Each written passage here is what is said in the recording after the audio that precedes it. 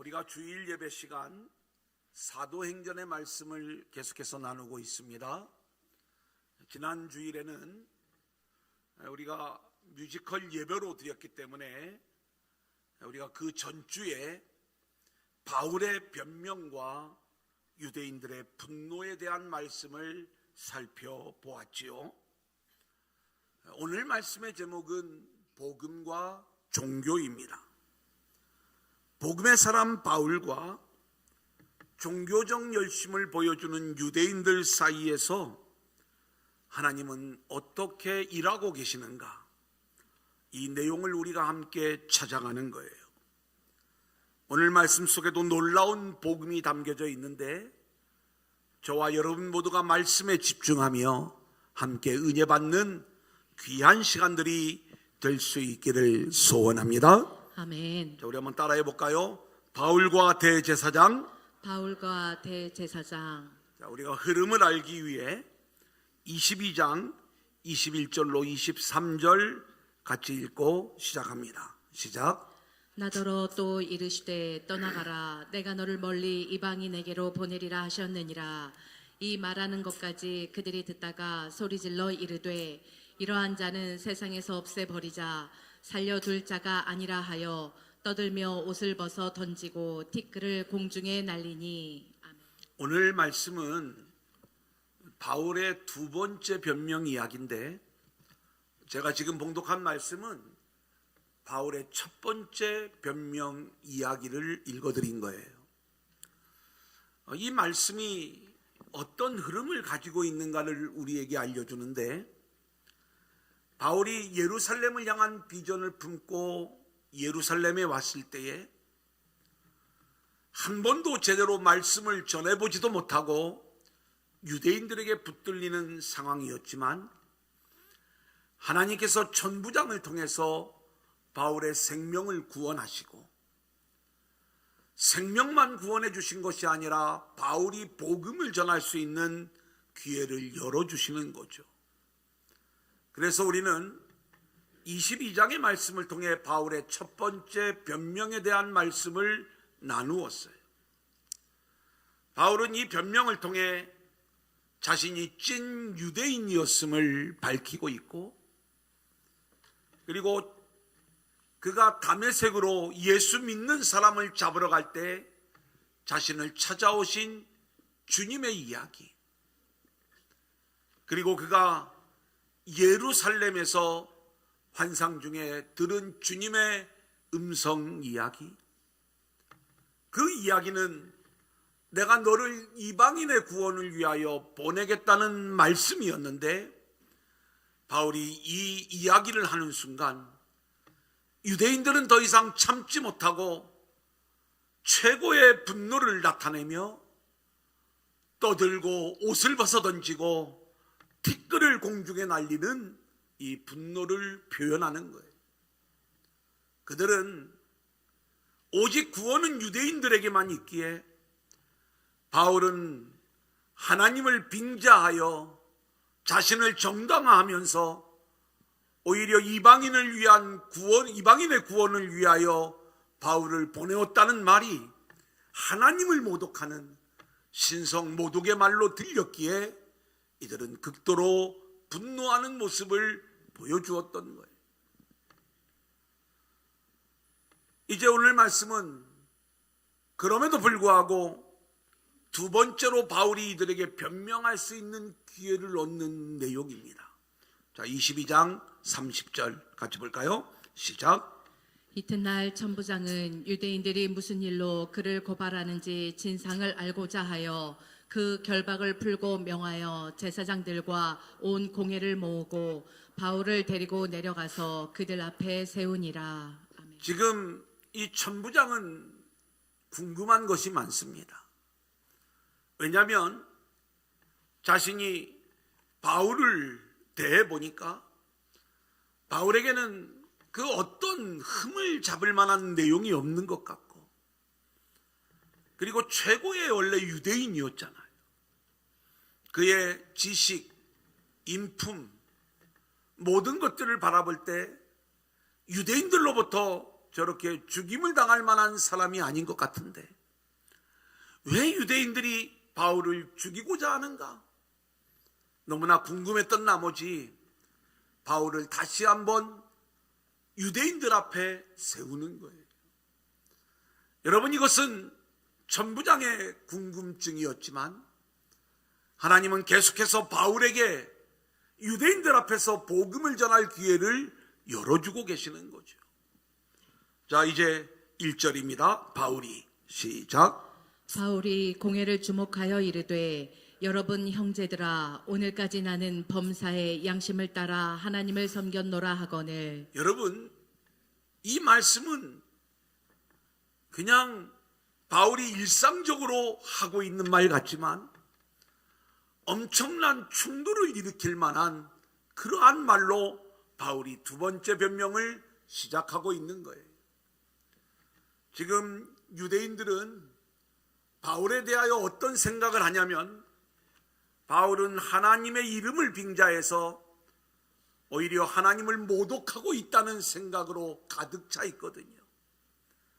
그런 바울이 대제사장들, 제사장들, 또 공회원들이 모인 자리에서 나는 양심을 따라 하나님을 섬겨왔다 이렇게 고백을 했을 때 이 이야기를 듣는 유대인들의 반응은 또 저 입에서 하나님의 이야기가 나오는 이 내용을 참을 수가 없었던 거예요.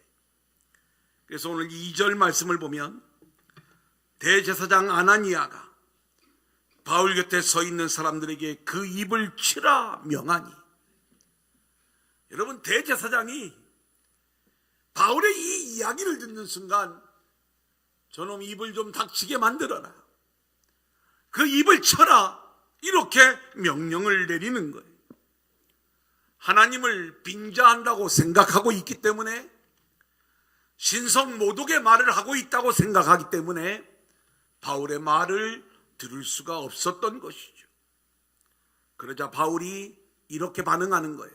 3절 같이 볼까요? 시작. 바울이 이르되 회칠한다며 하나님이 너를 치시리로다.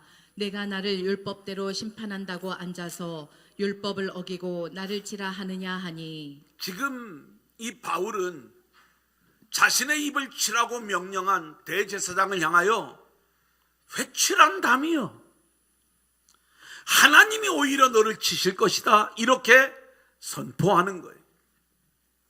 왜냐하면 율법은 그 사람의 죄를 정한 다음에 그 죄에 따라 그 사람을 때릴 수는 있어도 바울이 지금 내가 양심을 따라 하나님을 섬겼다는 이 말 한마디를 했을 뿐인데 죄를 따져보지도 않고 바울의 입을 치라고 명한 것. 당신들은 그렇게 율법을 지킨다고 떠들고 다니지만 정작 율법을 지키지 않으면서 그 율법을 가지고 나를 심판하려고 하는 것, 그것은 속은 완전히 썩어 있으면서 겉만 그럴듯한 회칠한 담의 모습이라고 이야기를 하고 있는 것이죠. 바울의 이 말은 그 자리에 바울을 대적하기 위해 나왔던 제사장들, 공회원 모두를 향한 말씀이기도 했던 거예요. 이들은 유대인들의 지도자들이었지만 겉으로는 그들이 아주 고귀하고 또 그럴듯한 신앙을 가진 사람들처럼 행동하고 다녔지만은 그들의 내면은 부패하고 더럽기 짝이 없는 그러한 모습임을 보았기에 이 회칠한 담이라 이 말을 통해서 그들의 실체를 드러내고 있었던 것이죠. 자, 4절 우리 한번 같이 보겠습니다. 시작. 곁에 선 사람들이 말하되 하나님의 대제사장을 내가 욕하느냐. 오늘 말씀의 제목이 복음과 종교입니다.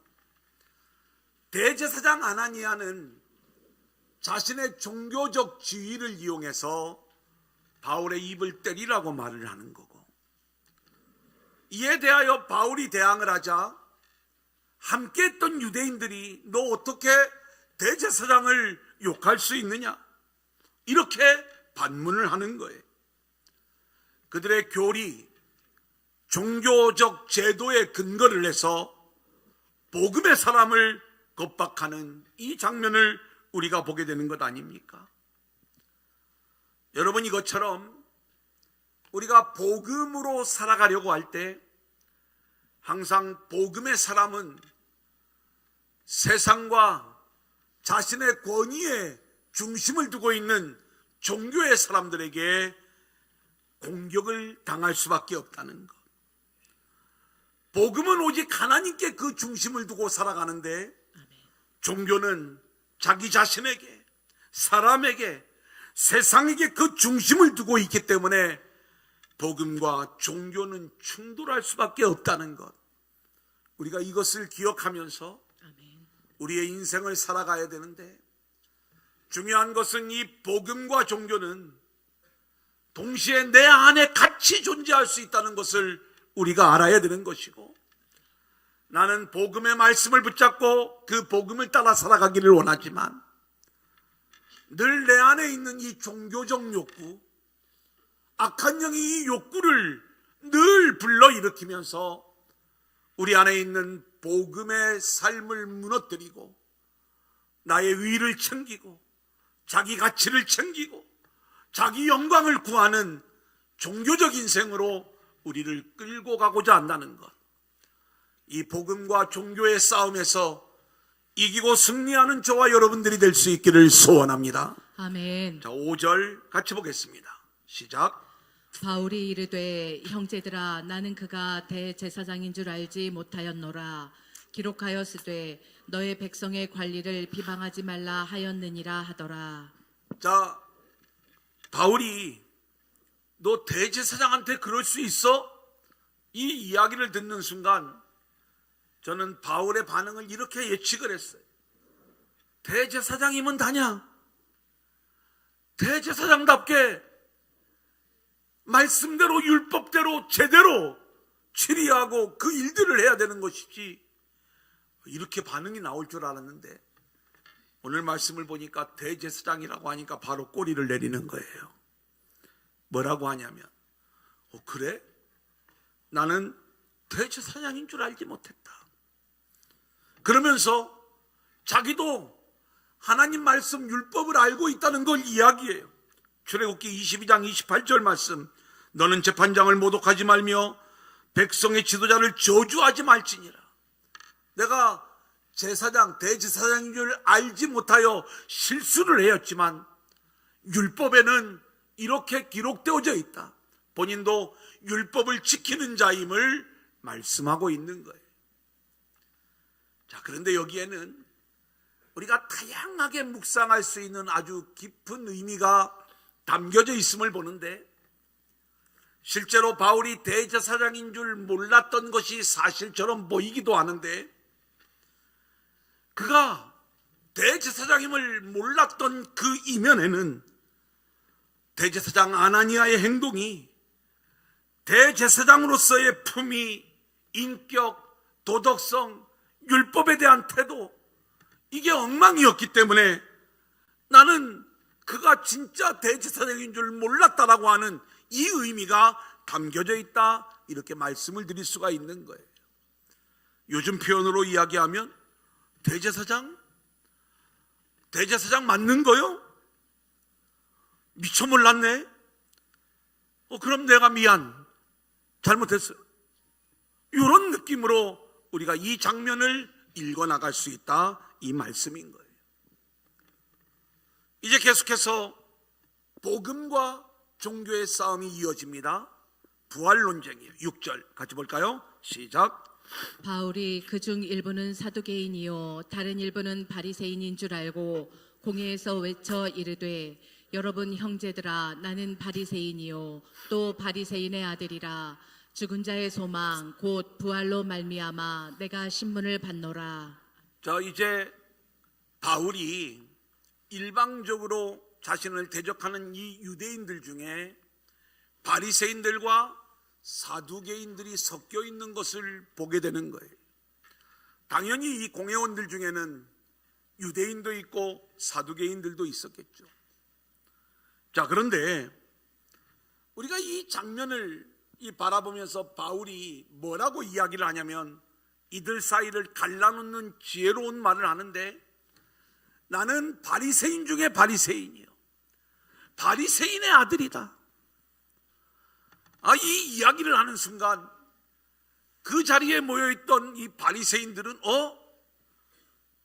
바리새인이라고 뭔가 이렇게 마음속에 이 동질감을 느낄 수 있는 그 마음을 갖는데, 여기에 한술 더 내가 지금 이 고난을 당하는 것은 죽은 자의 소망, 곧 부활의 복음을 증거하다가 내가 이렇게 신문을 받고 고난을 당하는 것입니다. 이 이야기를 하는 거예요.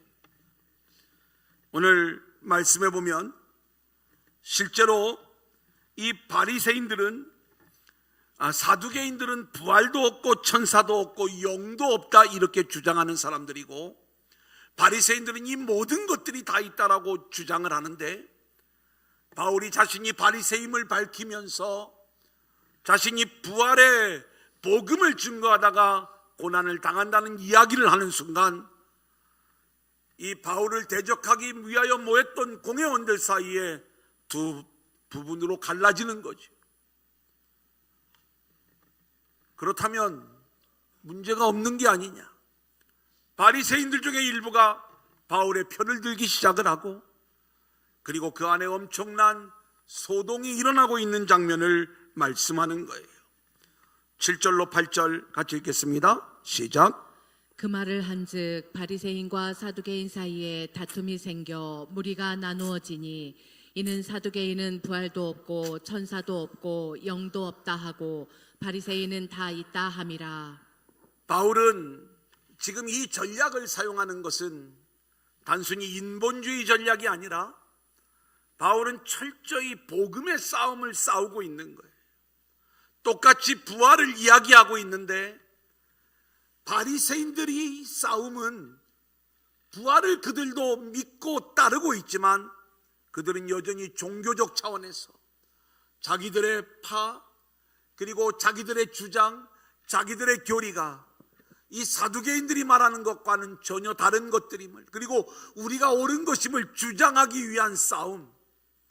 이게 부활신앙이라고 하는 것은 교리로 우리가 믿을 수 있는 내용이 아니라 부활하신 주님을 만난 자들만이 참된 부활신앙을 가질 수 있기에, 바울이 말하려고 하는 이 부활신앙의 핵심은 나는 부활하신 주님을 만났다. 그래서 그 주님으로 인하여 나에게는 영원한 부활 생명이 들어와 있다. 이게 복음적 의미에서의 참된 부활신앙의 의미인 거예요. 우리는 이 부활신앙을 가지고 복음의 삶을 살아가는 자들이 되어야 되는데, 아멘. 똑같은 부활을 믿고 있지만 바리새인들의 싸움은 여전히 종교적 싸움에 불과했다는 것을 오늘 말씀 속에서 우리는 알아야 되는 것이죠. 오늘 말씀 첫 번째, 우리는 바울과 대제사장의 이야기, 그리고 부활 논쟁의 이야기 속에서 우리는 복음의 삶을 위하여 종교적 신앙, 종교적 삶과 우리는 끝까지 싸워야 됨을 우리는 알 수가 있는데, 아멘. 이 싸움은 나와 다른 사람과의 싸움도 물론 될 수가 있겠지만 철저히 내 안에 복음을 따르고자 하는 마음이 있지만 여전히 내 안에 있는 이 종교적 욕구를 마귀가 자극을 하면서 우리로 하여금 복음적 신앙의 사람이 아닌 종교적 사람으로 우리를 끌고 가고자 하는 거예요. 철저히 바울처럼 복음의 사람이 되어 이 싸움에서 이기고 승리하는 저와 여러분들이 될 수 있기를 소원합니다. 아멘. 자, 두 번째 우리 한번 따라합니다. 바울과 비밀결사대. 바울과 비밀결사대. 자, 복음의 사람을 하나님이 어떻게 이끌어 가시는가? 그리고 종교적인 열정을 가진 자들이 비밀결사대를 조직하는데 이들의 운명은 어떻게 되는가? 우리가 이 둘을 비교해 보고자 하는 거예요. 오늘 본문 9절로 10절입니다. 같이 읽을까요? 시작. 크게 떠들새 바리새인 편에서 몇 서기관이 일어나 다투어 이르되, 우리가 이 사람을 보니 악한 것이 없도다. 혹 영이나 혹 천사가 그에게 말하였으면 어찌하겠느냐 하여 큰 분쟁이 생기니 천부장은 바울이 그들에게 찢겨질까 하여 군인을 명하여 내려가 무리 가운데에서 빼앗아 가지고 영내로 들어가라 하니라. 유대인들 사이에 큰 분쟁이 생기자 천부장이 바울의 안전을 먼저 염려하는 거예요. 하나님이 천부장을 통해서 계속 바울의 안전을 지키고 있는 모습이죠. 여러분, 이것이 하나님께서 우리를 위하여 일하시는 방향인 겁니다. 자, 11절 같이 보겠습니다. 시작. 그날 밤에 주께서 바울 곁에 서서 이르시되 담대하라. 내가 예루살렘에서 나의 일을 증언한 것 같이 로마에서도 증언하여야 하리라 하시니라. 예루살렘에서 환난 가운데 복음을 증거하는 바울에게 주님이 찾아오셔요. 아주 시의적절한 모습이죠. 찾아오셔서 하시는 말씀이 담대하라는 거예요. 그러면서 로마에서도 내가 이 예루살렘에서 복음을 증거한 것처럼 로마에서도 복음을 증거하여야 될 것이다. 예루살렘에서 환난 가운데 바울이 복음을 증거하고 있어요. 근데 하나님이 내가 너와 함께하고 있어. 너는 예루살렘뿐만이 아니라 로마까지 가서 나의 복음을 증거할 자야. 내가 너를 그렇게 이끌어 갈 거야. 두려워하지 말고 담대한 가운데 이 사명을 감당해. 이게 하나님께서 찾아오셔서 바울에게 주신 위로의 말씀인 거예요. 사랑하는 여러분, 우리는 우리의 인생 가운데 늘 내 관심이 나의 일, 나의 성공, 또 내 욕망을 이루는 것, 여기에 우리의 인생의 비전을 두면 우리는 늘 두려워할 수밖에 없어. 하지만 우리의 인생의 목적을 하나님께 두고 하나님께서 나에게 맡겨주신 사명에 순종하기 위한 걸음을 걷는다면 우리는 날마다 나를 찾아오셔서 나를 담대하게 이끌어 주시고 나와 함께 해주시는 하나님의 인도하심을 경험하게 될 줄로 믿습니다. 아멘. 지금까지 스스로 자기 자신만의 인생길을 걸어왔다면 이제 남은 인생만이라도 철저히 하나님의 이끄심을 따라 아멘. 하나님의 계획대로 사명자의 길을 걸어가되 아멘. 늘 우리를 찾아와 우리에게 담대하라 말씀하시는 주의 음성을 붙잡는 자들로 세워질 수 있기를 소원합니다. 아멘. 올바른 신앙의 길은 예수님이 나를 위해 존재하는 것이 아니라 우리가 주님을 위해 존재하는 인생임을 아는 거예요. 아멘. 그 어떤 환난 가운데서도 주님의 뜻을 이루기 위해 담대히 믿음의 길을 걸어가는 것, 이것이 올바른 신앙의 길인 거예요. 아멘. 우리가 세상에서 복음의 길을 걸어가다 보면 환난을 당할 수밖에 없지만 담대하라, 담대하라. 아멘. 우리 주님은 함께 하시면서 우리를 위로하고 격려하시는 거예요. 그 어떤 환난이 우리를 해할 수가 없어요. 왜냐하면 우리는 로마에 가서 복음을 전해야 되니까.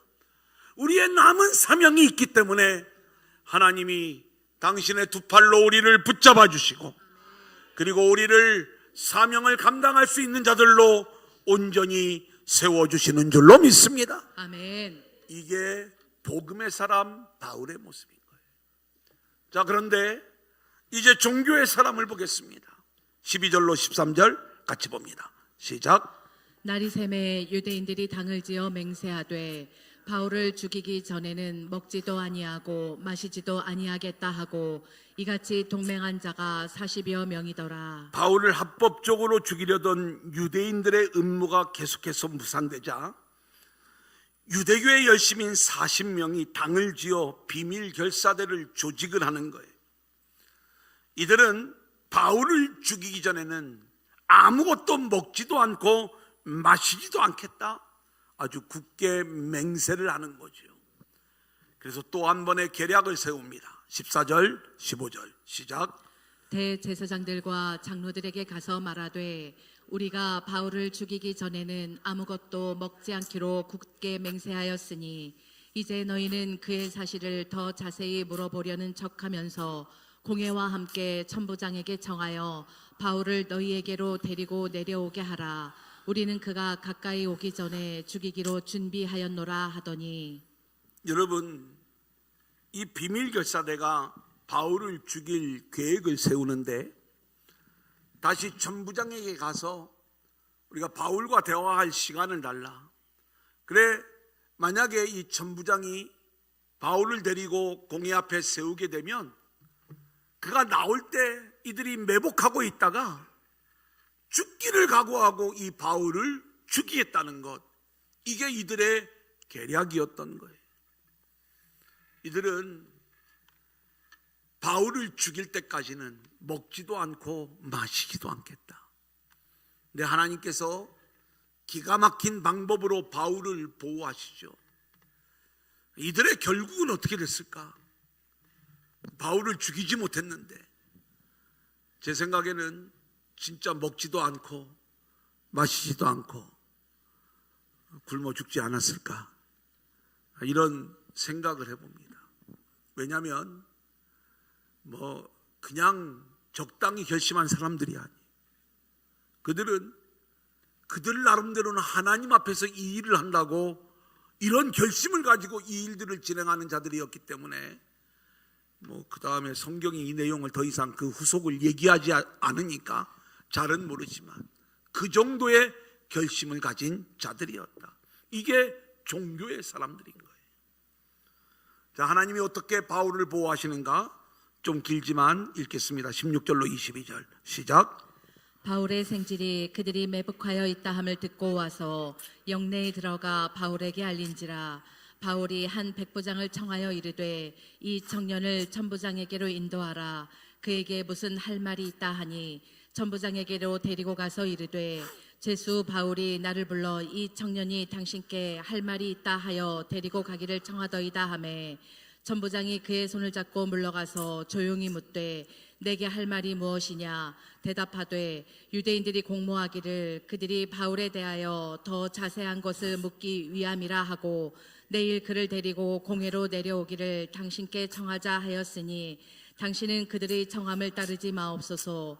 그들 중에서 바울을 죽이기 전에는 먹지도 않고 마시지도 않기로 맹세한 자 40여 명이 그를 죽이려고 숨어서 지금 다 준비하고 당신의 허락만 기다리나이다 하니 이에 천부장이 청년을 보내며 경계하되 이 일을 내게 알렸다고 아무에게도 이르지 말라 하고. 하나님께서 복음의 사람 바울을 철저히 보호하고 계셔요. 40명의 비밀결사대, 열정적인 종교의 사람들이 바울을 죽이고자 했지만 하나님께서는 바울의 생지를 통해 바울을 철저히 보고하고 있는데 바울은 이 생지를 통해 계략을 알게 되었고 그리고 그를 천부장에게 보내어서 천부장의 도움으로 암살의 위험에서 벗어나게 된 것이죠. 이 모든 일들이 하나님의 통치 아래 이루어지고 있는 일들이에요. 복음의 사람은 하나님께서 끝까지 책임지시는 이 모습을 우리가 보게 되는 것이죠. 이제 마지막 결론입니다. 한번 따라할까요? 하나님의 일하심. 하나님의 일하심. 자, 이제 예루살렘에 거주하는 천부장, 오늘 본문에 보면 이 천부장의 이름이 등장하는데 글라우디오 루시아라고 하는 천부장이었어요. 근데 이제 이 바울을 그가 재판하면서 큰 어려운 문제를 만나게 되는데 하나는 자신이 예루살렘에서 천부장의 역할을 잘 감당하려면 예루살렘 공의회 의원들, 유대교의 지도자들과 원만한 관계를 유지해야 됐어요. 자, 그러면 그들의 요구를 들어줘야 되는데 이들의 요구는 바울을 죽이기를 원하는 거예요. 하지만 또 그는 로마의 군대의 천부장이었기 때문에 로마 시민권을 가진 바울을 보호해야 될 사명을 가지고 있었던 거예요. 그래서 바울을 보호해야 되는가, 아니면 이 유대인 지도자들의 요구를 들어줘야 되는가, 이 난처한 상황에서 그가 짜낸 지혜는 그를 가이사라에 있는 총독 벨릭스에게 보내어야 되겠다, 이 지혜를 짜낸 거죠. 그래서 바울을 가이사라로 옮기는 거예요. 총독에게 이 모든 과정들을 떠넘김으로 이 문제에서 자유하기를 원했던 것이죠. 하지만 알고 보면 이 모든 일들은 하나님의 계획 속에서 하나하나 이루어지는 것입니다. 지금 바울이 예루살렘에 와서 복음을 전하는 것도 알고 보면 바울의 실력이 아니라 하나님께서 섭리 가운데 바울을 복음을 전할 수 있는 환경으로 열어주시는 것을 볼 수가 있고요. 바울은 로마를 향한 비전을 품고 있었는데 이 로마로 가는 건 역시 하나님께서 바울을 가이사라의 총독에게 보내시고 또 이 과정을 통해서 다시 바울을 로마로 보내는 하나님의 일하심 속에 모든 일들이 이루어지고 있는 것들을 보게 되는 거죠. 어쨌든 이 바울을 가이사라로 보내는 일, 하지만 예루살렘과 이 가이사라는 무려 110km가 떨어진 먼 길이었어요. 혹시 이 길에 무슨 문제가 있지는 않을까? 자, 그래서 완전 무장을 하고 이 바울을 호송하고 있는 그 장면 23절로 25절입니다. 시작. 백부장 둘을 불러 이르되 밤 제3시에 가이사라까지 갈 보병 200명과 기병 70명과 장병 200명을 준비하라 하고 또 바울을 태워 총독 벨릭스에게로 무사히 보내기 위하여 짐승을 준비하라 명하며 또 이 아래와 같이 편지하니 일러쓰되. 예, 지도새도 모르게 밤에 바울을 빼돌리는 모습을 볼 수가 있죠. 밤 9시, 여기 보면 제3시는 밤 9시를 말합니다. 보병 200명, 기병 70명, 창병 200명, 40명의 결사대가 쫓아와도 능히 바울을 보호할 수 있는 충분한 병력을 준비해서 바울을 보호하면서 완벽한 방법으로 벨릭스에게 보내고 있는 거예요. 천부장이 한 일이지만 이 일 역시 하나님께서 완벽한 방법으로 바울을 보호하고 계심을 우리는 보게 되는 것이죠. 사랑하는 여러분, 오늘 본문을 보면 바울을 향한 하나님의 일하심이 감동적인 거예요. 바울이 왜 예루살렘에 와 있는가? 그의 인생의 모든 전도 여행의 여정도 하나님의 이끄심이었지만 전도 여행을 마치면서 그의 마음속에 성령께서 두 비전을 품게 하셨어요. 예루살렘을 향한 비전, 로마를 향한 비전. 그리고 그 예루살렘을 향한 비전을 이루기 위해 생명을 걸고 예루살렘에 왔는데 모든 일을 하나님이 하시는 거예요. 아무 일도 하지 못하고 붙잡혔는데 복음을 전할 수 있는 길을 열어주시고 그의 생명을 수많은 유대인들이 원하며 죽이려고 하는데 그 생명을 지켜주시고 그리고 그의 두 번째 비전, 로마로 가는 그 길로 인도하시기 위하여 예루살렘에 있었던 이 바울을 자연스럽게 가이사랴 총독에게로 이끌어 가시는 하나님의 일하심. 사랑하는 여러분, 그렇게 하나님의 일하심은 얼마나 당신의 일들을 이루기 위하여 철저한 모습인지 우리가 그 내용을 알 수 있는데, 그렇다면 이 시간 저와 여러분은 우리의 인생을 돌아보아야 될 것입니다. 아멘. 우리는 정말 하나님께서 우리의 인생을 어느 방향으로 끌고 가고 있는지, 내가 이 세상 속에서 나의 성공을 향한 비전을 세우고 그 성공을 향해 가면서 하나님 나를 좀 도와주세요, 이건 종교의 사람인 거예요.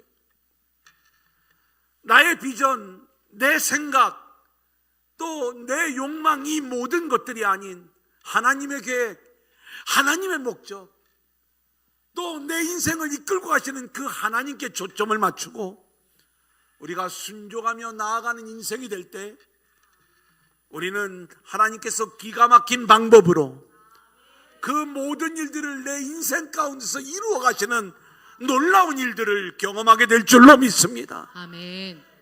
제발 우리 마음대로 살지 마시고요. 아멘. 하나님께 집중하면서 아멘. 하나님의 인도함을 받는 아멘. 저와 여러분들이 될 수 있기를 소원합니다. 아멘. 자, 이제 29절 같이 보겠습니다. 시작. 고발하는 것이 그들의 율법 문제에 관한 것뿐이요 한 가지도 죽이거나 결박할 사유가 없음을 발견하였나이다. 예, 이 천부장 루시아가 철저히 이 바울을 보면서 그가 느꼈던 것을 총독에게 편지로 쓴 내용인 거예요. 여러분, 세상 사람들은 복음을 모를 수 있어요. 하지만 우리가 진정한 복음의 삶을 살아가면은요, 그래서 내가 이들이 무엇 때문에 지금 이러는지는 모르지만 바울은 절대로 죽임을 당할 만한 그런 죄를 지을 만한 사람이 아니었다, 이런 인정을 받는 거잖아요. 영화의 제목 속에 The Singer Not the Song이라고 하는 영화가 있어요.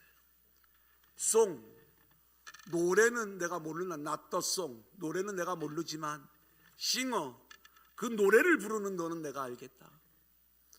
우리가 세상으로부터 이 인정을 받아야 될 줄로 믿습니다. 아멘. 세상이 복음은 잘 모르지만 복음을 전하는 우리들을 바라보면서, 그래, 너의 모습을 보니까 나도 그 복음을 좀 알고 싶다, 이런 모습들이 우리가 세상으로부터 인정받는 모습이 되어야 할 줄로 믿습니다. 아멘. 이제 마지막 34절 35절 시작. 총독이 읽고 바울더러 어느 영지 사람이냐 물어 길리기아 사람인 줄 알고 이르되 너를 고발하는 사람들이 오거든 내 말을 들으리라 하고 헤롯궁에 그를 지키라 명하니라. 하나님의 손이 바울을 끝까지 보호하고 계시는 모습이에요. 여러분의 인생길에서 우리는 내가 지금 환난 가운데 있는가, 아니면 평안한가, 여기에 우리의 인생을 초점을 맞추지 마시고 내가 복음의 길을 걸어가고 있는가, 아니면 여전히 종교적 신앙에 머물러 있는가, 이 부분을 우리는 늘 진단하면서 우리가 복음의 사람으로 복음의 길을 걸어가면 하나님께서 끝까지 우리를 책임지시고 보호해 주실 줄로 믿습니다. 아멘. 반면에 종교의 사람들은 늘 누군가를 죽이려 하고, 누군가를 무너뜨리려 하고, 누군가를 힘들게 하고, 본인 스스로도 이 종교의 영에 지게 되면 결국 끊임없는 갈등과 염려와 고민 속에 살아갈 수밖에 없는 거예요. 오늘도 묵상과 나눔 세 가지 내용들을 적어 놓았는데, 목장 나눔 시간에 이 내용들을 잘 나누시면서 함께 우리가 이 말씀을 잘 정리할 수 있기를 원하고요. 이제 주님 다시 오실 때까지 이 찬양 부르시면서 우리 하나님께 예물 봉헌하시겠습니다.